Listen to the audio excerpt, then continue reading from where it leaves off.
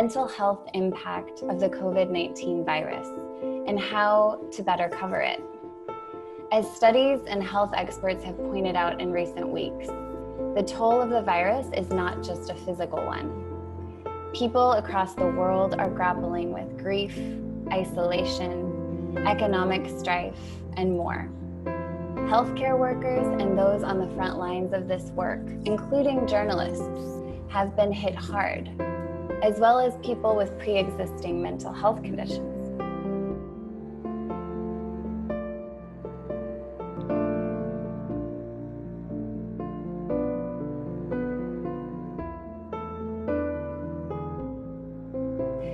What do we know so far about the impact of the pandemic on mental health, and what don't we know? I think that the best place to start is the latter, is that we do not know a lot, actually. There's a lot of information that we are yet to really discover, let alone to fully understand. And because of the fluidity of the situation and the dynamism of it all, I think that it will be a long time until, to some degree, I imagine that we will be getting to know so much more 50 years from now. So to that extent, I guess we know that it has a huge impact, and it's having a huge impact, and it will continue to on everybody. And I suspect that the more we give away anything that will foreclose us, or the more open we become, the more we will be maybe even frightened or overwhelmed.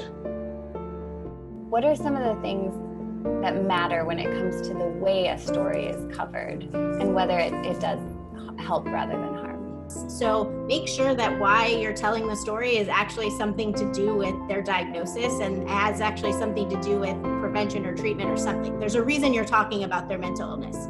The second thing is, when you're talking about their mental illness, make sure you actually know that they have a diagnosis. So did you ask them?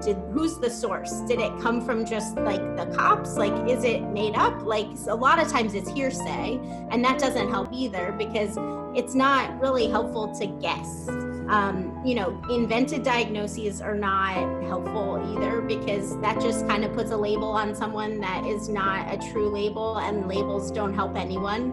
Another thing is like making sure that you're being careful with the language you use. So we're pretty careful at saying things like a person with a diagnosis instead of a schizophrenic.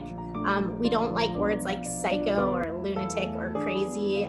We don't like things like, being careful about saying things like insane, even when you're not talking about mental illness in other stories, being careful when you're using words that could have any sort of derogatory stigmatization of mental illness. This especially goes for public figures. I know that there are lots of public figures that we like to slap mental illness diagnoses on. That doesn't help anybody.